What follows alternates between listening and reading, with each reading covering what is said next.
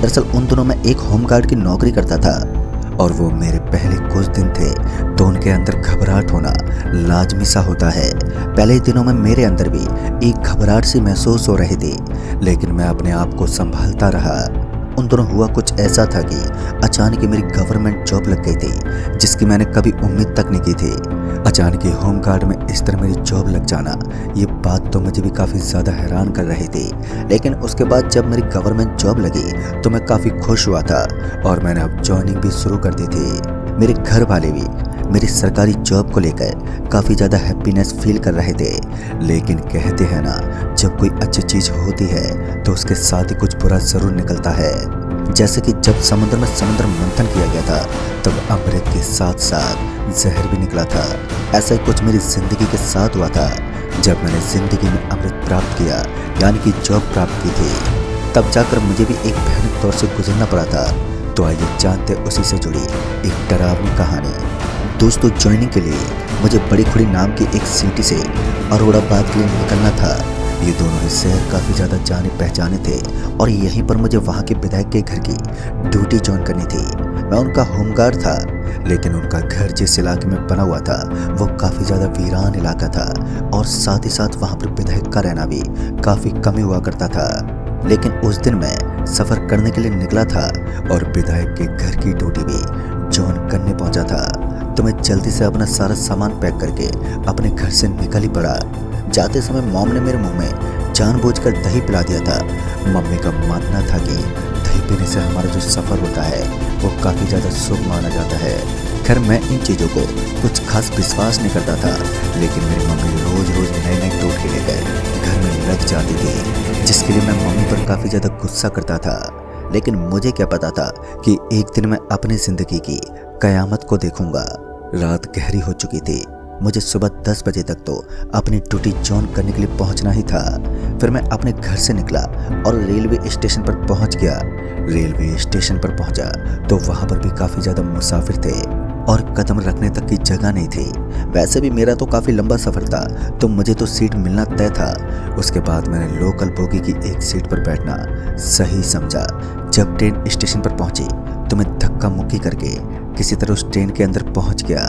जब मैं ट्रेन के अंदर पहुंचा तो मैंने देखा कि ट्रेन में तो काफ़ी ज़्यादा भीड़ थी और वहां बैठने तक की कोई जगह नहीं थी। लेकिन मैं ये भी जानता था कि कुछ दूर और ट्रेन आगे चलने के बाद मुझे बहुत आसानी के साथ सीट मिल जाएगी, क्योंकि सभी लोग अपनी अपनी मंजिल या फिर यूँ कहें कि अपने अपने स्टेशन पर उतर जाएंगे। फिर उसके बाद मैं ट्रेन में दरवाजे पर खड़ा होकर यहीं पर सीट खाली होने का इंतज़ार करने लगा। मैं अभी गेट पर बैठा था, इसलिए बाहर की हवा लगातार मेरे जिस्म को छूते हुए निकल रही थी। कुछ देर और ट्रेन आगे चलने के बाद 3-4 स्टेशन आए और फिर जाकर ट्रेन में लोगों की भीड़ कम हुई। ट्रेन के अंदर जैसे लोगों की भीड़ कम हुई तो उसके साथ ही मुझे भी ट्रेन में बैठने के लिए एक सही जगह मिल गई और फिर मैं खिड़की वाली सीट पर जाकर आराम से बैठ गया। अभी मैं आगे के सफ़र के बारे में सोच रहा था कि आगे क्या होने वाला है। उस समय मेरे पास नोकिया का एक छोटा सा मोबाइल था जिससे मैं कॉल करके सर को पूछ सकता था कि मुझे किस रेलवे स्टेशन से कहाँ नीचे उतरना है। उसके बाद मैंने ऐसा ही किया। जैसे जैसे ट्रेन बढ़ रही थी तो मैं वैसे वैसे कॉल करके पूछता रहा। रात के लगभग 1:30 बजे के आसपास हमारी ट्रेन एक स्टेशन पर रुकी और मुझे उसी स्टेशन पर नीचे उतरना था। लेकिन हैरानी तो ये थी कि उस स्टेशन से भी वहाँ का इलाका करीब 70 किलोमीटर दूर था। मुझे तो समझ में नहीं आ रहा था कि भला अब 70 किलोमीटर का रास्ता अकेला कैसे पार करूँगा। फिर मैं उस स्टेशन से निकलकर रोड पर आ पहुँचा। उस स्टेशन के पास ही एक नेशनल हाईवे था। जैसे मैं उस नेशनल हाईवे पर पहुंचा तो मैंने देखा कि उस नेशनल हाईवे से गाड़ियों का आगमन काफ़ी ज़्यादा हो रहा था। मैंने सोचा कि किसी गाड़ी के सामने हाथ दिखाता हूं, लेकिन काफ़ी देर तक इधर उधर भटकने के बाद भी कोई भी उस नेशनल हाईवे पर लिफ्ट देने को तैयार ही नहीं था और यही चीज़ मुझे काफ़ी ज़्यादा इरिटेट कर रही थी। तभी मैंने उस आदमी को फ़ोन लगाया जिससे मेरी बात हो रही थी। तो उस आदमी ने कहा, अरे भाई साहब, किसी गाड़ी के सामने हाथ दिखाओ, या तो कोई गाड़ी रोक लेगा या वहाँ से 5 किलोमीटर आगे एक बस स्टैंड है, तो आप किसी तरह पैदल चलकर उस बस स्टैंड तक पहुँच जाओ और उस बस स्टैंड पर पहुँचकर आप आराम से बस पकड़ लेना। फिर उस आदमी की बात मानकर मैं पैदल पैदल चलने लगा। जब मैंने एक नज़र टाइम की तरफ दौड़ाया तो मैंने देखा कि रात के लगभग 1:45 बजने को आए थे। अभी भी 2 घंटे की लंबी रात पड़ी थी। 4:30 बजे के बाद तो वैसे भी हल्का हल्का उजाला छाने लगता है। भला मैं इस बात से कहाँ रूबरू था कि आने वाले ये 2 घंटे मेरी जिंदगी के लिए सबसे खतरनाक साबित होने वाले थे। मैं आराम से आगे बढ़ ही रहा था कि तभी मेरे पीछे से एक बस के हॉर्न की आवाज़ आई। मैंने पहली बार इस हाईवे पर बस को देखा था। वैसे तो काफ़ी गाड़ियाँ गुजर रही थी, लेकिन जैसे मैंने इस बस को यहाँ से गुजरते हुए देखा तो मैंने उस बस के सामने झट से अपना हाथ दिखा दिया। ताज्जुब की बात तो ये थी कि जहाँ इतनी देर से मुझे कोई गाड़ी वगैरह नहीं मिल रही थी, तो अचानक इस बस का मुझे यूं मिल जाना हैरान कर रहा था, क्योंकि बस ड्राइवर ने भागती बस को एकदम से ही रोक दिया। जैसे ही बस का ब्रेक लगा तो मैं जल्दी से भागता हुआ बस के पास पहुंच गया और मैं बिना कुछ सोचे समझे बस का हैंडल पकड़कर झट से बस के अंदर चढ़ गया। और जब मैं बस में पहुंचा तो मैंने उस बस ड्राइवर से कहा, अरे भाई साहब, क्या ये बस अरोड़ाबाद के लिए जाएगी? तो उसने अपनी गर्दन को हाँ में हिलाया, लेकिन जब मैंने अपने पीछे की ओर देखा तो मैंने पाया कि उस बस के अंदर काफ़ी कम लोग थे। वो एक सरकारी बस थी और सरकारी बस के अंदर लोगों को कम देखकर मुझे सच में बहुत ज़्यादा अजीब लगा। भला ऐसे कैसे मुमकिन था कि कोई रोडवेज बस इतनी ज़्यादा खाली जा सके। उस बस के अंदर मेरे अलावा 7 जने और थे जो बहुत ही जल्द अपने अपने स्टैंड पर उतरने वाले थे। फिर कुछ दूर आगे जाने के बाद बस एक कच्चे रास्ते की तरफ मुड़ गई। आगे के रास्ते में मैं कुछ नहीं जानता था, तो मैं चुपचाप बस में बैठा रहा, क्योंकि मुझे तो अरोड़ाबाद उतरना था। बस को उस तरफ बढ़ता देख एक बार के लिए मैं विंडो से चारों ओर देखता रहा, तो मैंने देखा कि बस के चारों तरफ तो मुझे केवल और केवल खामोशी और सन्नाटा ही नजर आ रहा था। वो बस अब एक ऐसे इलाके में प्रवेश कर चुकी थी जहाँ से डर और खौफ की शुरुआत होती थी। हालांकि अभी भी मैं इस बात के बारे में बिल्कुल अनजान बैठा हुआ था। और जब मैंने ध्यान से बाहर की तरफ देखा तो वहाँ किसी जंगल की तरह लंबे लंबे पेड़ थे और शायद ये कोई जौहर था जिसे छोटे जंगल के नाम से भी नवाजा जाता है। और अभी मैं उसी जगह को देख रहा था कि तभी बस अचानक से एक झटका खाने लगी। और बस के झटका खाते ही पता नहीं क्यों, लेकिन बस एकदम से वहीं पर रुक गई। एक सुनसान इलाके में बस को इस तरह रुकता देख मैं कुछ समझ नहीं पाया और बस से नीचे उतर गया, क्योंकि बस के ड्राइवर और कंडक्टर बस से नीचे उतर चुके थे। और उसके बाद जैसे मैं बस से नीचे उतरा तो मैंने देखा कि बस का एक टायर गड्ढे में फंसा हुआ था, लेकिन वो इतना गहरा गड्ढा भी नहीं था कि बस जरा से भी आगे ना हिल सके। उस बस को इस तरह वीरान इलाके में खड़ा देख मेरे दिल की तो धड़कनें तेज हो रही थी। अब तक मैं बहुत ज़्यादा डर गया था कि कहीं बस को कुछ ज़्यादा प्रॉब्लम तो नहीं हो गई है। फिर मैं बस के कंडक्टर के पास पहुंचा और उनसे कहने लगा, अरे भाई साहब, इस बस को क्या हो गया और ये आगे क्यों नहीं बढ़ रही है? तो कंडक्टर ने एक अजीब सी आवाज़ में जवाब देते कहा, अभी बस में कोई प्रॉब्लम हो गई है और हम इसे ठीक करने की कोशिश कर रहे हैं। अगर बस की प्रॉब्लम ठीक नहीं हुई तो आज रात हमें यहीं रुकना होगा। उस कंडक्टर की बात सुनकर मैं वापस से बस के अंदर पहुंच गया और बस में ही बैठ गया। अंदर बहुत जोर की गर्मी हो रही थी, इसलिए मुझे बस के अंदर घुटन सी लगने लगी। अब ना ही तो मैं बस से नीचे उतर सकता था और ना ही मुझे बस के अंदर ठीक महसूस हो रहा था, क्योंकि कंडक्टर ने मुझे मना किया था कि मुझे बस से नीचे नहीं उतरना है। जब कंडक्टर ने मुझे बस से नीचे उतरने के लिए मना किया तो मुझे उसकी वो बात थोड़ी अजीब लगी। भला वो मुझे बस से नीचे उतरने से मना क्यों कर रहा होगा। मैं यही सोचकर बस में बैठा था। मैं कुछ देर तक तो बस के अंदर बैठा रहा, लेकिन मैं कहाँ उस बस के अंदर इतने टाइम तक रुकने वाला था। थोड़ा सा टाइम देखकर ही मैं उस बस से तुरंत ही नीचे उतर गया। फिर जब मैं उस बस से नीचे उतरा था तो मैंने देखा कि मुझे वहाँ अब कोई भी नजर ही नहीं आ रहा था। उस बस का कंडक्टर और ड्राइवर दोनों ही वहाँ से गायब हो चुके थे। अब तो मैं और भी ज़्यादा डर गया। एक तो ये वीरान इलाका और ऊपर से मैं इस तरफ फंस गया था। ना ही तो मुझे वो कंडक्टर दिख रहा था और ना ही दूर दूर तक उस ड्राइवर का कोई अता पता था। मैं बहुत ही ज़्यादा घबराया हुआ था। पहले तो मैं इधर उधर टहलते रहा, लेकिन मुझे कोई नज़र ही नहीं आ रहा था। सब कुछ एकदम सुनसान पड़ा था। फिर जब मैं थोड़ी दूर बस के आगे वाले हिस्से की ओर जाने लगा तो अचानक मुझे ऐसा लगा कि सड़क के किनारे कोई है जो बैठा हुआ है। गर्मियों का मौसम था और सड़क के किनारे बैठना कोई बड़ी बात नहीं थी। मुझे लगा कि पक्का उस सड़क के किनारे कोई तो नज़र आ रहा है, इसलिए मैं ये उम्मीद लेकर उस दिशा की तरफ बढ़ने लगा जहाँ पर मुझे सफ़ेद चौका पजामा पहने वो आदमी नज़र आ रहा था। फिर जब मैं वहाँ पर पहुँचा तो अचानक ही मेरी नज़र वहीं पर बैठे एक आदमी पर पड़ी जिसके हाथ में चिलम थी और वो आदमी चिलम पी रहा था। तो उसके बाद जब मैं उस आदमी के पास पहुंचा तो उसने मुझे एक अजीब सी भाषा में कहा। मुझे ये भाषा समझ में नहीं आई, लेकिन मुझे इतना समझ में आ गया था कि वो आदमी से जानना चाहता है कि मैं कौन हूँ और इतनी रात को भला इस सुनसान पड़ी रोड पर क्या कर रहा हूँ। उसके बाद जैसे मैंने उस आदमी से कहा, देखिए भाई साहब, यहाँ हमारी बस खराब हो गई है और अब मैं आगे नहीं जा पा रहा हूँ। बस का ड्राइवर और कंडक्टर दोनों गायब हैं। मुझे लगा कि यहाँ कोई बस का मुसाफिर या फिर कंडक्टर और ड्राइवर होगा, इसलिए मैं यहाँ तक आ गया, वरना मैं यहाँ तक ना आकर आराम से बस में भी बैठ सकता था। तभी उस आदमी ने कहा, भाई साहब गलत जगह पर आ गए हो आप, जानते हो ये कौन सी जगह है? इस पर मैंने अपनी गर्दन हिलाते हुए उसे ना में जवाब दिया, क्योंकि मैं नहीं जानता था कि आखिर मैं इस वक्त किस जगह पर हूँ और मुझे कहाँ पर होना चाहिए। और फिर उस आदमी ने कहा, जितना जल्दी हो सके यहाँ से निकल जाओ, वरना कुछ ऐसा होगा जो तुम समझ में नहीं पाओगे और बहुत ही जल्द तुम्हारी जगह, तुम्हारी अर्थी यहाँ से उठ जाएगी। उस आदमी की बात सुनकर मैं पूरे तरीके से सहम गया था।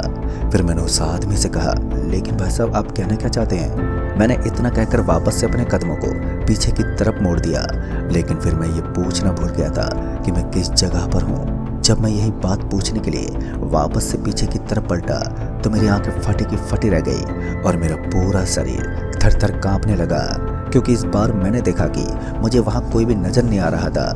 पीछे की तरफ बैठा हुआ वो आदमी अब वहाँ से गायब हो चुका था। सिर्फ एक ही सेकंड में इस तरह का नज़ारा देखकर मैं तो पूरा डर गया था, और एक इंसान को अकेले में डराने के लिए इतना काफ़ी होता है। मैंने बहुत बार इधर उधर आवाज़ भी लगाई, लेकिन वहाँ चारों ओर अब कोई भी नहीं था। उसके बाद मुझे लगा कि अब तो मुझे यहाँ से निकलना ही चाहिए। उसके बाद मैं सरपट अपनी बस की तरफ भागने लगा। जब मैं बस वाली जगह के पास पहुँचा तो मैंने देखा कि हमारी बस तो वहाँ से जा चुकी थी, और इतना सब देखते ही मैं तो पूरा गुस्से से लाल हो गया। भला कोई मुझे अकेला कैसे छोड़ सकता था? मुझे इतना जोर का गुस्सा आया था कि मैं अपने शब्दों में बयान नहीं कर सकता। उस वक्त मैं अपने हाथों को ही पीटने लगा।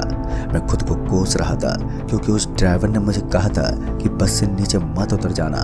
उस समय मुझे गुस्सा तो बहुत जोर का आया था, लेकिन मैं कर भी क्या सकता था। फिर मैं सड़क के किनारे किनारे चलने लगा, क्योंकि यहाँ से पैदल चलना ही अपने लिए सही रास्ता था। इसके अलावा मेरे पास दूसरा कोई चारा नहीं था। मुझे लगा कि रात में गुजरने वाली किसी गाड़ी को रुकवा कर उसके अंदर बैठ जाऊंगा, लेकिन साला आज तो किस्मत ही खराब निकली। उस भयंकर बड़ी खाली जगह में मुझे कोई गाड़ी तो छोड़ो, दूर दूर तक कोई परिंदा भी नजर नहीं आ रहा था। यहाँ तक किसी जानवर का भी वहाँ कोई नामो निशान नहीं था। उसके बाद मैं आगे पैदल पैदल चलता रहा, और वहाँ से थोड़ा दूर आगे जाने के बाद मुझे एक बड़ा घना जंगल नजर आने लगा। वो जंगल इतना ज़्यादा घना था कि उसे देखने मात्र से ही हर किसी को डर लग जाए। बड़े बड़े लोग भी उस जंगल को रात में इस कदर देखकर कांप उठते हैं। उस समय रात के शायद 3 बजने को आए थे। मैं अपने कदमों को उस जंगल की तरफ बढ़ाने की कोशिश तो कर रहा था, लेकिन दूसरी तरफ मेरा मन ये बोल रहा था कि मुझे उस जंगल के अंदर अपने कदम नहीं पटकने चाहिए, मगर यहाँ से आगे बढ़ने का भी यही केवल एक मार्ग था। इसलिए मुझे ना चाहते हुए भी उस डरावनी जंगल के अंदर अपने कदम पटकने पड़े। मेरे कदमों से मेरे कदमों की आवाज़ गूंज रही थी। फिर उसके बाद मैंने उस जंगल के अंदर प्रवेश किया तो वहाँ का सन्नाटा तो टूटने ही लगा था। साथ ही साथ ऐसा लग रहा था मानो इस जंगल को खाली पड़े आज कई साल बीत चुके हैं, क्योंकि जंगल के अंदर मौजूद सारी की सारी लकड़ियाँ इधर से कटी फटी पड़ी थी और अब वो मिट्टी बन चुकी थी।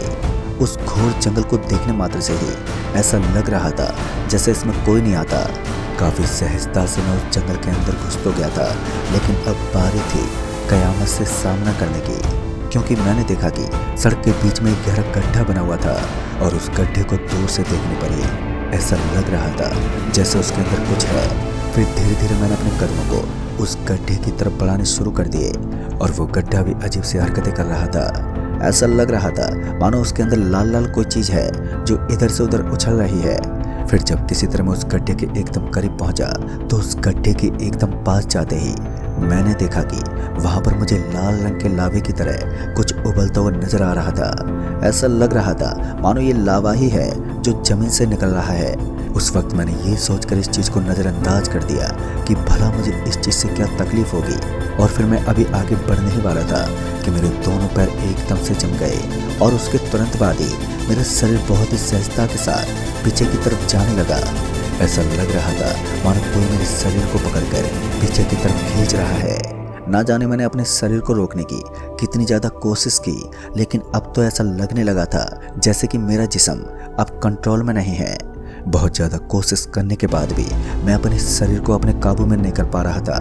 पता नहीं क्यों, लेकिन अचानक ही मेरा पैर फिसल गया और फिर मैं धड़ाम से उसी गड्ढे के अंदर समा गया, जिसके अंदर मुझे आग से उबलता हुआ लावा नजर आ रहा था। और जैसे मैं उसके अंदर गिरा तो मेरी आंखें बंद होने लगी। मुझे ऐसा लग रहा था मानो मैं आसमान की ऊंचाई से गिर रहा हूँ। फिर कुछ देर के लिए मुझे चक्कर आने लगे और मैं अपनी आंखों को खोल नहीं पा रहा था।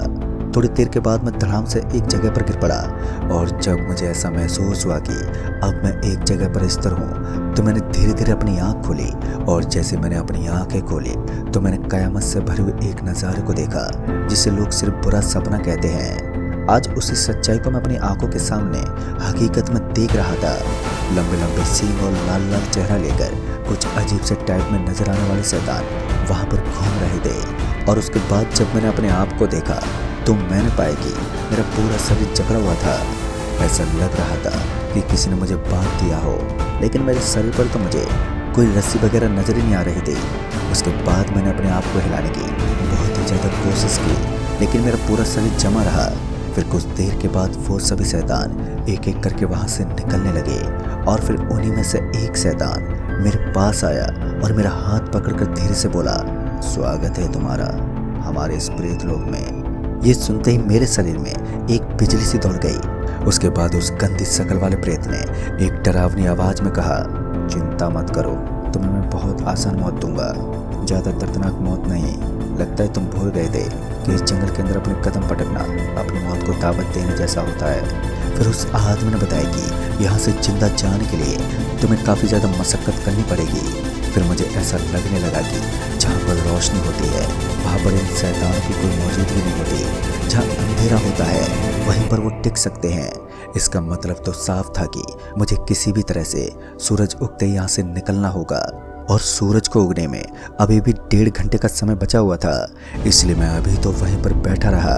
मैंने कभी सोचा नहीं था कि मैं अपनी ज़िंदगी का एक ऐसा सफ़र भी कर लूँगा जिसमें मैं पूरी तरह पाताल लोक के भयानक शैतानों के बीच फंस जाऊँगा। फिर उसके बाद मैंने अपने शरीर को हिलाने की बहुत ही ज़्यादा कोशिश की, लेकिन मैं तो पूरी तरह से असमर्थ रहा। पता नहीं क्यों, लेकिन अब मुझे मेरे गले में जलन लग रही थी। मैंने अपने हाथ से अपने गले को टटोला तो मुझे याद आया कि मेरे गले में हनुमान जी की एक माला है और कुछ शैतान तो मेरे करीब तक नहीं आ रहे थे। इसका मतलब तो ये भी था कि उन शैतानों के अंदर भगवान हनुमान जी का काफ़ी ज़्यादा खौफ था। मैं ऐसी चीज़ का फ़ायदा उठा सकता था। धीरे धीरे अब समय बीतने लगा और अब वो शैतान मुझे अर्थी पर चढ़ाने वाले थे, या फिर यूँ कहें कि वो सभी मेरी बलि देने वाले थे, क्योंकि वहाँ के इलाके को देखकर ऐसा ही लग रहा था कि यहाँ के सारे शैतान इंसानी मांस और इंसानी हड्डियाँ खाते हैं। और उसके बाद मैं अपनी जान पहचान के खाते भगवान हनुमान जी का हनुमान चालीसा पढ़ने लगा, क्योंकि मैं हनुमान जी का काफ़ी बड़ा भक्त था और आए दिन भगवान हनुमान जी का पूजा पाठ और हनुमान चालीसा पढ़ा करता था। कहते हैं जब हनुमान चालीसा की कथा सुनाई जाती है तब भूत प्रेत को दूर चले जाते हैं। पहले तो मैंने अपनी आंखें बंद कर ली और उसके बाद मेरे मन में आने वाले भगवान हनुमान जी के कुछ मंत्रों का उच्चारण करने लगा, जो मुझे काफ़ी ज़्यादा ढंग से आते थे। कुछ देर तक तो मैं अपने मुंह से भगवान हनुमान जी के मंत्रों को गाता रहा, लेकिन उसके बाद मुझे ऐसा लगने लगा कि अब मेरा शरीर किसी आग की भट्टी की तरह जलने लगा है। पूरा शरीर गर्म हो चुका था और तभी अचानक ही मेरा पूरा का पूरा शरीर एकदम से सुन्न पड़ने लगा और पूरे बदन में एक बिजली सी दौड़ने लगी। मुझे अपने कानों में बहुत तेज चिल्लाने की आवाज़ भी सुनाई दे रही थी। उस वक्त मैं काफ़ी ज़्यादा डर चुका था, लेकिन इसके बावजूद भी मैंने अपने मुंह से निकलते हुए मंत्रों को बंद नहीं किया और हनुमान चालीसा का पाठ करता रहा। फिर कुछ देर के बाद पता नहीं क्यों, लेकिन मेरी आंखों में एकदम से जलन होने लगी और फिर मुझे ना चाहते हुए भी अपनी आंखों को खोलना पड़ा। जैसे ही मैंने अपनी आंखें खोली तो मैंने देखा कि मैं वापस से उसी जगह पर आ गया था जिस जगह पर मुझे लाल लाल रंग का एक गड्ढा नजर आया था, जिसके अंदर आग की तरह लावा दिख रहा था। अब तक मेरे फ़ोन की घंटी बजने लगी थी, यानी कि अब नेटवर्क इशू भी नहीं था। मैंने फ़ोन उठाया और जब सामने से आवाज़ आई तो वो मेरी जॉब वाले मैनेजर ही थे। जब मैंने बात की तो उन्होंने कहा, आप चिंता मत करो, आप चुपचाप बिना डरे उस जंगल से बाहर आ जाओ। तब तक मैं आपके पास कुछ लोगों को भेज देता हूँ। और उसके बाद लगभग 1-1.5 घंटा बीत गया। तब जाकर एक आदमी अपनी बाइक लेकर मेरे पास पहुंच गया और मुझे सही सलामत मेरे मंजिल तक ले गया। दोस्तों, उस दिन मैं खुद को बचाने में सफल रहा, लेकिन मुझे उस चीज़ का भी सामना करना पड़ा जो मेरे लिए काफ़ी ज़्यादा दर्दनाक थी। पता नहीं उस जंगल के कौन कौन से राज हैं जिनके बारे में मैं नहीं जानता था, लेकिन फिर वही के एक आदमी ने मुझे बताया कि उस जंगल के नीचे एक भूत लोक है और उस पाताल लोक के अंदर भूत प्रेत रहते हैं, लेकिन वो भूत पिशाच वहाँ से गुजरने वाले किसी भी इंसान को जिंदा नहीं छोड़ते। फिर तुम जिंदा कैसे बच गए, ये तुम्हारी किस्मत है। दोस्तों, उस दिन के बाद मैं कभी भी उस जंगल जैसे रास्ते से गुजरने की कोशिश नहीं करता हूँ। तो दोस्तों, इस कहानी में बस इतना ही। कहानी आपको पसंद आई हो तो वीडियो को लाइक शेयर ज़रूर कर दें और साथ ही हमें नीचे कमेंट बॉक्स में ज़रूर बताएं